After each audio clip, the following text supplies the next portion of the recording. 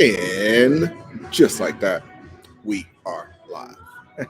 What's up? I hope everybody's having a productive Tuesday. Just got off the phone with my general partners on PEFI 5 and just really excited. We are working on a deal in the bookkeeping space.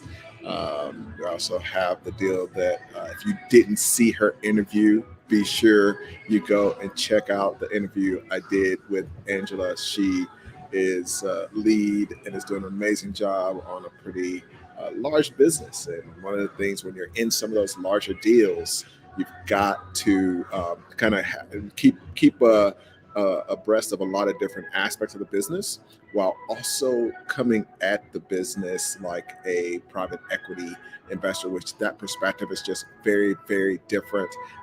And what we do in deals is we have a 90-day sprint period. We close the deal. We've got 90 days of like fixing operations, testing out new marketing, just kind of getting our hands around the business. And then after those 90 days, we get into the financial engineering aspects of the deal. We just kind of hit that financial engineering aspect. That's one of the things I love. And they're very excited as well. And so just really cool call. And I wanted to jump on with y'all because one of the things that's important that we're always keeping an eye on, and one of the things we talk about today, is like you don't want to spend too much time doing something that's not going to impact the valuation, especially if you're in a fund environment. If you're doing things that aren't impacting, what you're going to really make money on, which is the exit, getting some cash flow here or there, or trying to grow or improve the marketing, all those things are very incremental. And there are a lot of other things where you can, obviously the video that I did on the 50K strategy, that's a really great example. That's going to come down today, by the way. But and that's a situation where you're literally just adding money to the valuation of that business. So in addition to that 50K, you're literally adding 150,000 minimum to, and probably more like 185 with the multiples in that space that you're adding to the bottom line. So you get the 50K, plus you get another close to 200. So you're that one thing adds $250,000 to the return of the fund, and so that's just crazy. That's why what you're doing and the time that you've got in that business, you want to make sure that you're focused on, hey, let me do things that are going to impact the valuation in a positive way and not get bogged down. And this is why entrepreneurs miss out on building a ton of wealth, is that they're bogged down trying to build all of these systems and do all of the different aspects of the business completely from scratch. Kind of jumped in. First of all, before we get started, be sure that you like the video, hit me with any questions, say hello as well. I like when you pop in and you say hi. Definitely appreciate that. Just got into Denver, which is really, really cool. Love the city, and I expected it to be actually pretty cold, and it's nice. It's kind of a nice, reminds me of a nice Tennessee fall day. Couple of things for you folks that joined Patreon. We are doing a full webinar. Nori's reaching out right now to try to figure out a time that's going to work good for everybody. I'm going to do a webinar. I want to make sure I answer y'all's questions on the 50K strategy, and we'll jump on. I say webinar, but it's going to be a call. Like, you'll be able to ask me questions. So you'll hopefully we'll get a couple of folks that leverage this strategy, and basically a $25 investment could turn into 50 grand, or just a business, a side hustle that you can take advantage of. So we're going to jump on, do that together in a few days. So she'll be reaching out. Be sure to look out for that. Obviously, you'll get the recording if you're in Patreon, but if you want to be live and ask questions and figure out how you can implement this, be sure that you reply to her, let her know if that time works or not, and we'll get it coordinated. Obviously, with my schedule, I'm traveling like crazy, so this is an opportunity to start a pretty amazing side hustle for y'all. All righty, so let's talk valuations. So one of the cool things about valuations is, when you're in a business and you're trying to sell it, you have control of what you want to list that business for. Now, that's a really cool thing, but it's also a terrible thing because you don't really know how much it's worth. It's not like real estate. If you're in a neighborhood and all of the houses are 2,000 square feet and they're for sale for $1 million, you can't just one day say, "Hey, well, I'm gonna put mine on the market for 10 million." You could do it, but everybody's gonna be like, "Okay, this is just outrageous. This is crazy. This is pointless. Like, why are this makes no sense." You don't have any comparables, and then an appraiser would come and say, "Yes, this is incorrect." And literally, somebody can say, "Your valuation is just incorrect." The beautiful thing when it comes to a business is you can't really say that, and we deal with that every day. We deal with folks, and we just had a deal that was our valuation came back at $8 million, and we basically recommended to the sellers. We're like, "Hey, if you make these changes over the next 6 months, this is going to be a $17 million business." So yeah, we'd love to get the $8 million listing, but number one, you're going to be leaving a lot of money on the table just by making a few adjustments. Number two, hey, when you do come back to list, obviously, we want to be your trusted advisor and get a much bigger deal. So even if it takes more than 6 months, it takes a year to implement those changes. It's worth doing that. And there's so many people that whether it's not knowing the valuation up front or not knowing the tweaks to be made when it comes to the valuation, that miss out on money. Now, there are certain rules of thumb. I want to talk about the rules of thumb, and then I want to get to the title. The title is why I am the only person that knows how much your company is worth. The rule of thumb right now for businesses that are in micro private equity range is basically kind of below the 5 million valuation range, is about 3 to 4 multiples. That means on average, you've got a SaaS business that you want to sell and it's making $1 million. That business might list at like a $4 million valuation. Now, obviously, I've mentioned on the channel a few times, we closed deals recently at 1 multiple, 1.5 multiple, 2 multiple. So there are all of these other factors that come into play. So I want to talk about it first from the perspective of the seller, and then I want to talk about it from the perspective of the buyer. The reason that I say that I'm the only person that can tell you how much the business is worth is because the value is in the eye of the beholder. So for me, when I'm looking at your business, I'm the only person that can tell you how much it's worth, because I'm only going to tell you how much it's worth to me. I'm only going to tell you how much I'm willing to pay for it.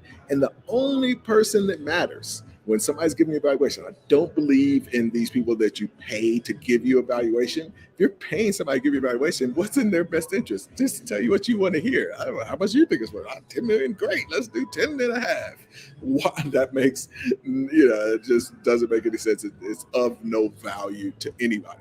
The only person that matters in businesses when it comes to valuation is the person that's willing to give you money based on that amount. So if I tell you it's worth 8 million and I'm willing to pay 8 million, it is definitely worth 8 million. Now, from the company owner perspective, you've got to decide, is the 8 million worth it to me for my business? And so how do you do that? How do you even determine it? And that's what I mean when I say this is an art. So the art of that is understanding what you're giving up and valuing that.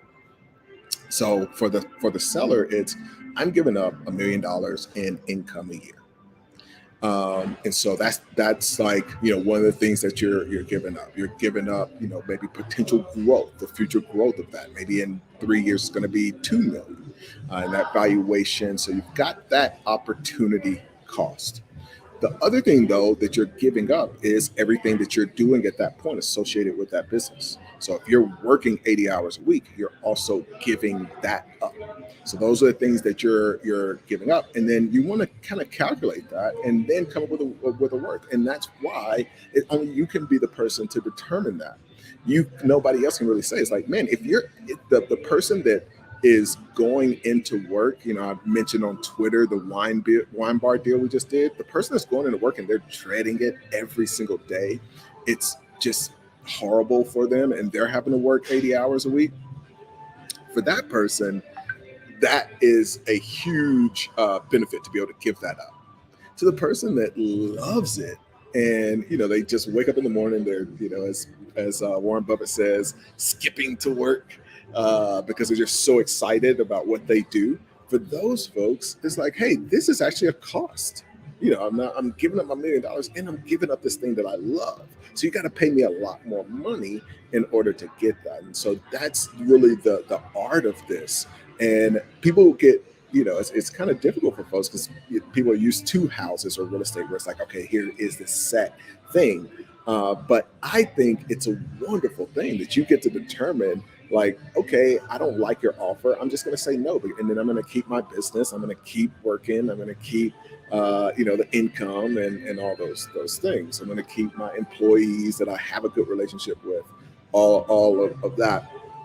And that becomes the kind of yes or no. It's pretty binary. If the person's like, hey, I'm not willing to pay more than 8 million, and you're like, hey, it's not worth it for me to give up my business for the 8 million. Great. I've got a different valuation on this. So that's a little bit of the thinking. Now, when we are exited, when we're in the private equity fund incubator, we have some specific return valuations because we don't care about any of the other things. We're looking at a specific ROI that we want to generate for that. So we're working backwards from the ROI. And there are all these other different factors. It gets a little bit more complicated. But for me, I think it's a lot of fun because you're able to calculate each scenarios. There are certain deal structures. You may want to have, a specific kind of milestone-based earnout. You may want to put together a finance package for the person and hold that paper and then sell that paper to somebody else. So what we're calculating is not just the valuation. It's not just the number. When we're exiting from a fund perspective, we get into how we're going to structure that exit to determine what our total ROI is going to be. And so it is very, very much number based, unlike the individual that's selling their business. Now let's pop over to us business buyers. And before I do that, I want to say hi to a couple of folks. Be sure y'all are liking the video if this is valuable for you, and say hello. Chrome Clapper popped in. At some point, you got to tell me what the significance is of the Chrome Clapper name. I'm very curious. Sigma Enigma out in San Fran. What's up, homie? I just made it back to the U.S. And, always feels good to be in the U.S., man. A lot of people hate on the U.S., but I love a lot of places, but I also love being back home for sure. And 285, I feel like it's been a little while. Says just checking in, Ace. I appreciate you checking in, man. It's been a little while since I've seen you pop in, so I appreciate that. Smoke Dog, what up, Smoke Dog? Oh man, and ATL says, hey Ace, checking in from ATL. I miss ATL, man. It's changed a lot. It's changed a lot. I used to live in Buckhead, and so you could imagine, I don't know how long you've been there, but you can imagine my surprise the last time I was there and I go over to Lenox Mall and they have metal detectors to get in, and it is just, you get in and it is just straight hood, man. It's wild. Like, Lenox, when I was there, Lenox and Phipps, it was like old white people walking around Lenox. Now those people would definitely get robbed if they tried to go. Oh man, it's crazy. So yeah, the ATL is changing. I wonder what's popping. What's the cool place to stay in Atlanta now? All the way from New York. What up, homie? We got New York Engineer. Says Axelrod or Axelrod. I was on a flight recently, man, and was watching Billions, and the guy next to me was a fan of the show, and we were just talking like, man, they've done a good job. Like they've done an amazing job with the new season, but no matter how good they do, you mix acts, man. You miss old Axelrod. Thanks for popping in. Pirate School, it's Liddy. What up? Checking in from MIA. I feel like, man, I must attract like just really cool people because I got all the folks from the best cities. Got New York in the house. We got ATL in the house. We got San Fran in the house. We got MIA in the house. So, yeah, we're doing good, man. Some of my favorite spots. Uh, and actually Miami. So I'm supposed to speak in the Caribbean in Anguilla. Actually, I got a call on that here in a bit, and so planning on it's right before Art Basel. So I may pop in, may try to do a little get together before I fly over to the event in Anguilla. And for the Denver folks, I think we're going to shoot for Friday. I'm going to find out what the agenda is like and what I need to be at before I head out on Saturday. But I'm thinking maybe Friday we'll hang out, maybe find a cool spot. There's lots of them downtown Denver for sure. Born and raised, yes, born and raised in Atlanta. I was right up the road in Chattanooga. But yeah, you're right, man. It's changing. It's changing. All right, let's get to this last part of this, and we'll bounce out of here. Yeah, that is a good one. That's a good little area, Ponce de Leon. And there's a lot. But it's just tough to know. It's weird how much it's changed in these last few years. All right, so back at it. Let's talk valuation from the perspective of the buyer. So we've got two types of buyers. I call one kind of the lifestyle buyer. The lifestyle buyer is somebody who most of the time is in a job and they don't like the job lifestyle.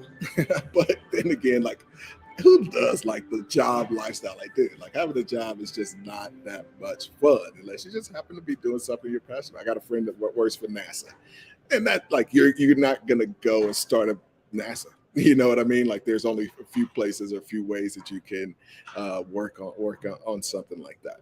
But for most folks, having a job just is a big thumbs down for lifestyle. So the lifestyle buyer is looking to make that shift. They want to replace the income of their job and have more of a business owner's lifestyle. For those folks, a big part of it is what they're going to be taking into consideration, which is more the art of the valuation. They're going to be taking into consideration, number one, am I getting enough money to cover my income? So if that person's making 150,000, they should basically not be looking at things that are 50,000 in income, because and then be thinking, oh, like, I can grow this or I can double and triple this and that kind of thing.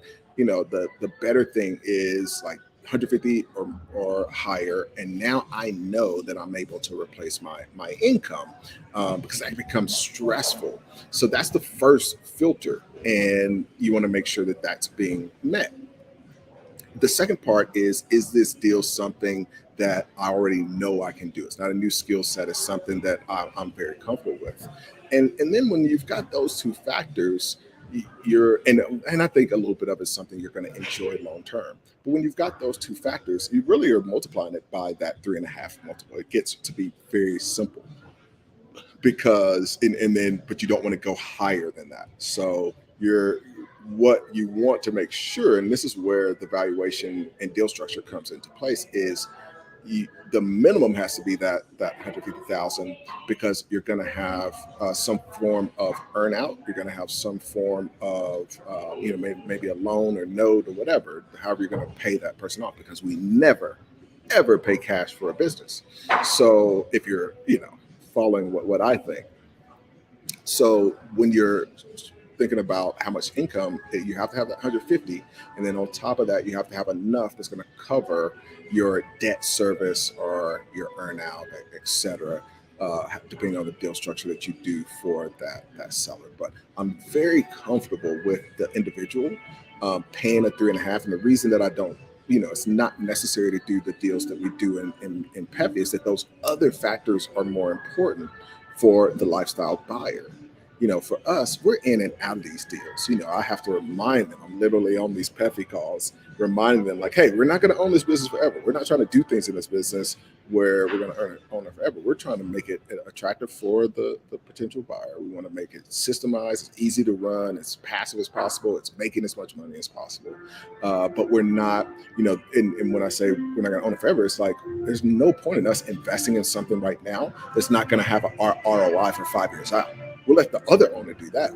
We're throwing away our money by doing that. And we can tell them like, hey, here's what I would do, but you're not going to get a return on this for 5 years.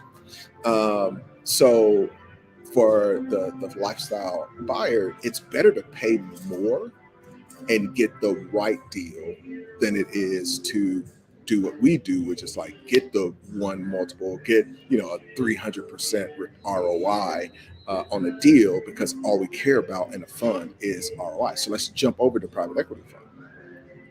It's literally the opposite. So we're filtering based on ROI.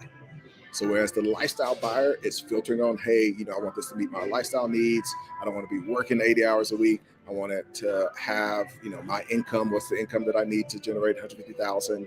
Whatever, all of those things after debt service. And then it's like, okay, if it meets all of that, then I'll pay a 3 multiple.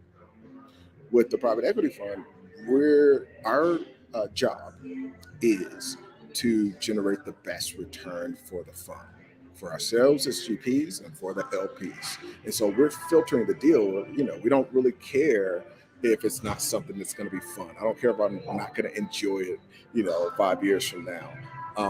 We don't really care about the income. And this is something that surprises a lot of people. We'll do a deal where with debt service and earnout, all the money's gone. Like in the case where I'm talking about the 150,000, for us, it could be that it's making 150,000, but we're spending all 150,000 to pay off the business as quickly as possible, because we don't need to live on that income. We want to be able to maximize that exit. So if we can get the deal, we can get it at a very low multiple, but then tell that person, listen, we're going to pay you off over the course of this year. That is the difference. But we don't need to live. I'm not paying my electricity bill with that income. So that is the power. That's one of the little secrets as to why we can, in a fund, generate the returns that we talk about. 200% return, 300% return fund. It's because of how number one, we're just filtering the deal based on that, right? So if you're filtering the deal based on this is I want to make a 300% return. It's like I'm only going to close on a deal that's going to generate 300% return, right? So that makes it very, very easy. All right, let's do a few of these. I think that's a good intro, good principles for you guys, and we'll do a couple of questions and bounce out of here.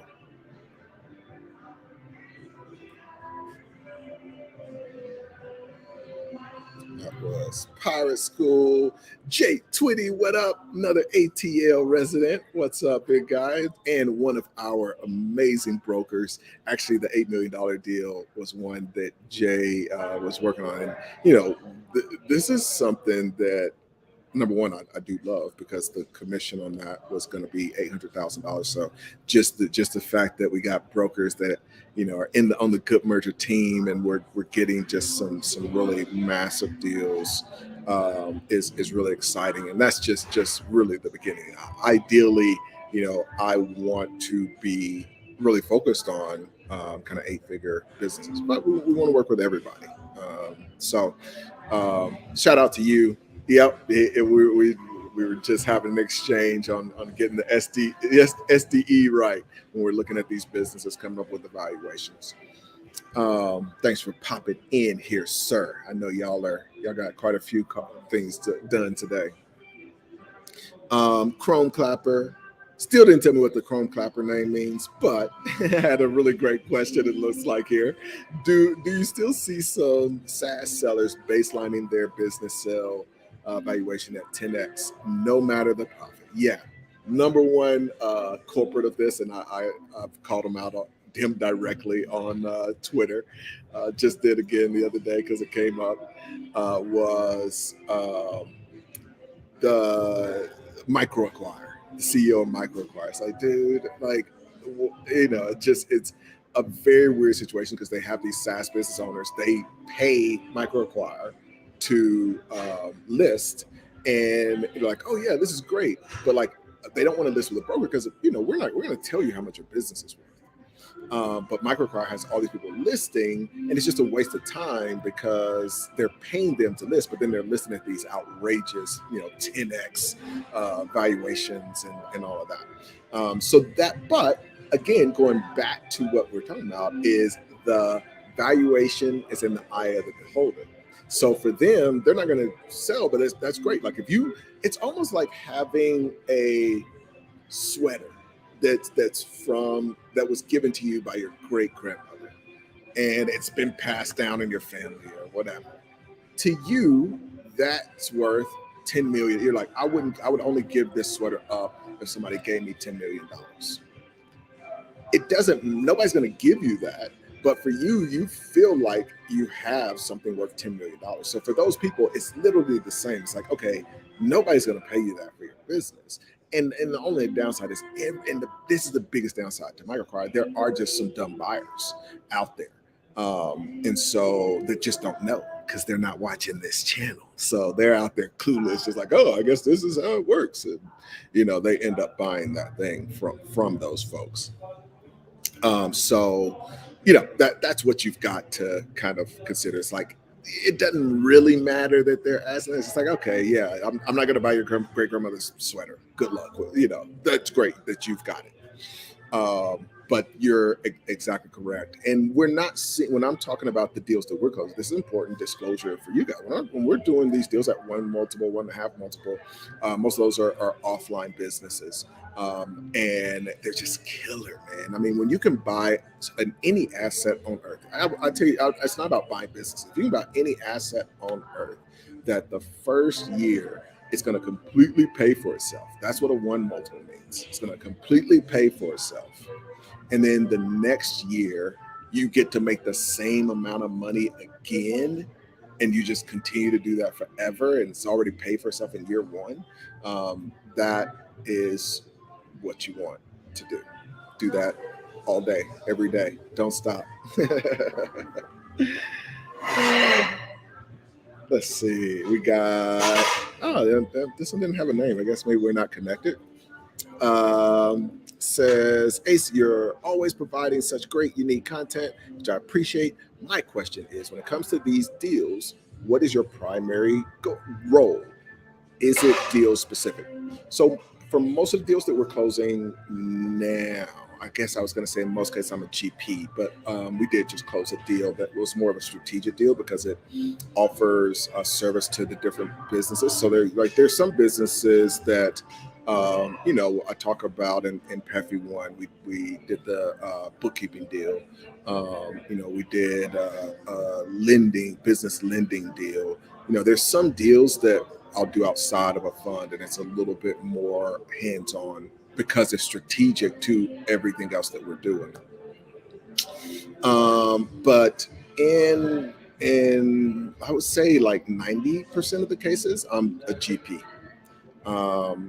So I'm the GP, and so basically what that means, and in a lot of cases, basically I'm the advisor GP. So they're GPs that are kind of running the businesses, and then I'm the organizer. So I'm organizing the fund, and then we go out and we do deals within the fund. And so my role is what I was talking about at the beginning. It's really about the financial engineering around the deal, figuring out the exit strategy, coming up with the deal structure after that. And so that's where our focus is. This, what I tell people is like, you don't want to be working in the business. Everybody's talking about working in the business, not working in the business, but you don't even want to work on the business. That's the thing. That's the thing that I think, in Robert Kiyosaki's books and in E-Myth, what they get wrong is like, it's not even about working on the business. It's about treating businesses like a product. That's when you get the biggest kind of wealth, with everybody you see on the Forbes list. Those people made money through selling their business, essentially. Even if they didn't sell the whole thing, they were selling equity. Mark Zuckerberg is worth what he's worth because of the valuation of his business and the amounts that he's exited through equity. And so that's where you want to play. If you can just play at that level of dealing with, literally what is called private equity, as opposed to being a business owner or working on a business, that's where you want to play. All right. We're going to do a few more of these and then we're going to bounce out of here.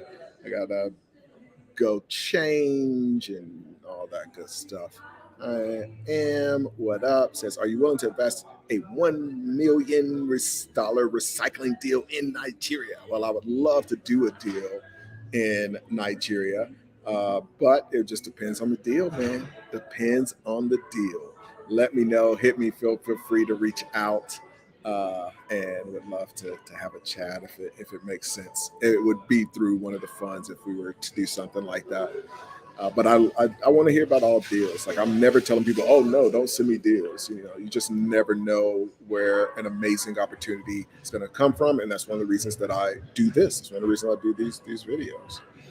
Oh, we got it. I had to know. So Chrome Clapper wrote back, says Chrome microphone, but I'm not a rapper. It's just sounded cool. I like it. That's really cool.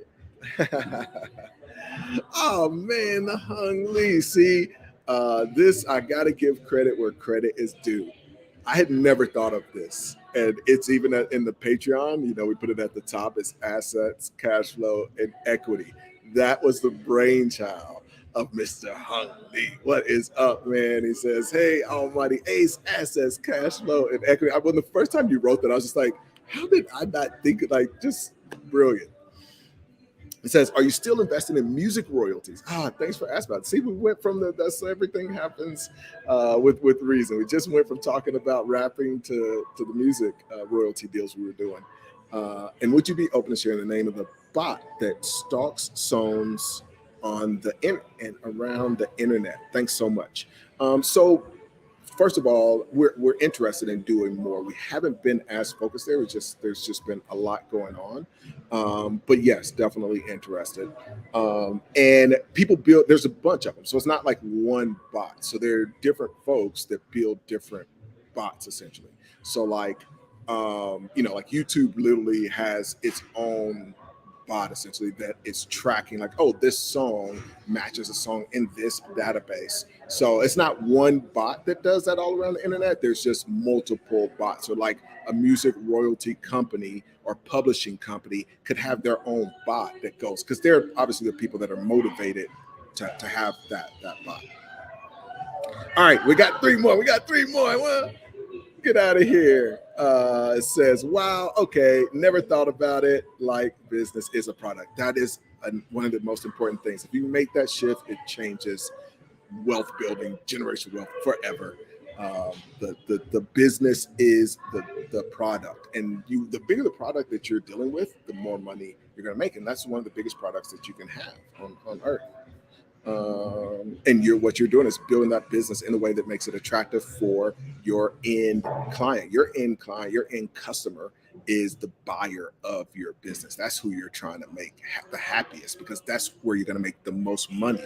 None of your customers that you have in a business are ever going to pay you as much as the buyer of your business. So that's your most important, your most VIP